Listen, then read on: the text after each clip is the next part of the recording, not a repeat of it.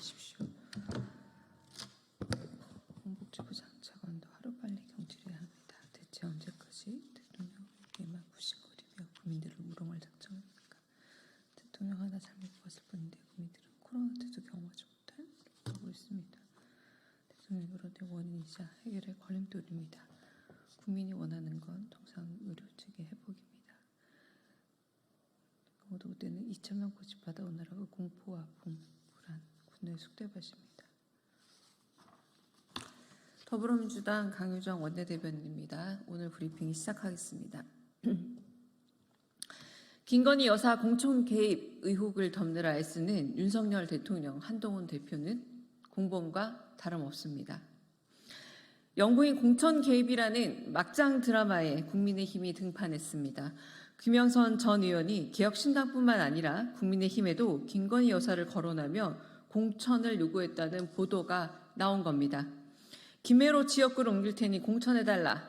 안 그러면 김 여사 관련 의혹을 폭로하겠다며 공관위원들을 압박했고, 이런 사실이 당시 한동훈 비대위원장에게도 보고됐다는 게 골자입니다. 필리버스터조차 하지 못한 진짜 이유입니까? 영부인의 공천 개입이라는 사상 최악의 국정농단을 국민의힘은 알면서도 덮은 겁니까? 시스템 공천 내세우더니 실상은 마포대교 대통령 김여사 픽 공천 수습에 바빴던 모양입니다. 한동훈 대표가 김여사 공천 개입 의혹의 한 줄기라는 뜻입니다. 심지어 돈도 오갔답니다. 김 전 의원은 정치브로커 명태균 씨에게 재보궐선거 공천 대가로 수천만 원의 뒷돈을 건넨 혐의로 검찰 조사를 받고 있습니다. 노량진 수조물을 손으로 퍼먹던 여당 5선 중진의 꼴을 보니 과연 차떼기 성당 후에 답습니다.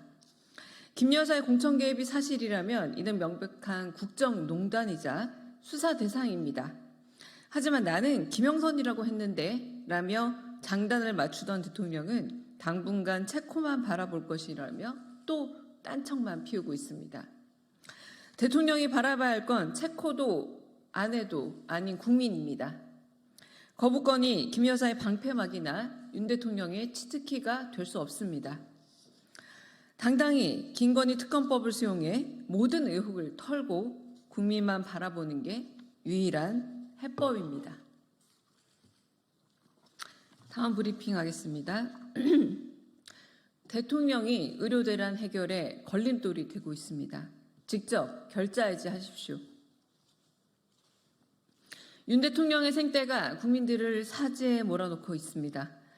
추석 연휴 동안 의료대란 없다던 정부의 자화자찬과 다르게 부산의 한 30대 여성이 상급 병원 수용을 거절당해 숨진 사실이 뒤늦게 전해졌습니다. 경북 구미에서는 의식저하로 쓰러진 70대 여성이 응급실을 찾아 4시간이나 헤맸지만 결국 숨졌습니다. 가족을 잃은 유가족들의 황망한 마음에 깊은 위로를 전합니다.